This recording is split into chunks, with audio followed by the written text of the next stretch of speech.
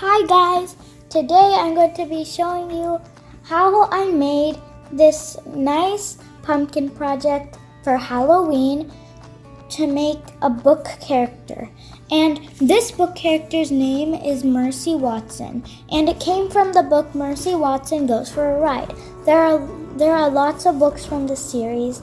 Also, let's get on with the video. This is how you make it. So you need a pumpkin painted in pink paint, a paper which is painted in pink and cut out as an ear, a nice little nose, some googly eyes, and a marker, a black marker to draw them out. So all you do is after you're done, you'll stick everything to this pumpkin of yours, and then it will become a pig. Make sure you use super glue for the ears, otherwise it'll come off.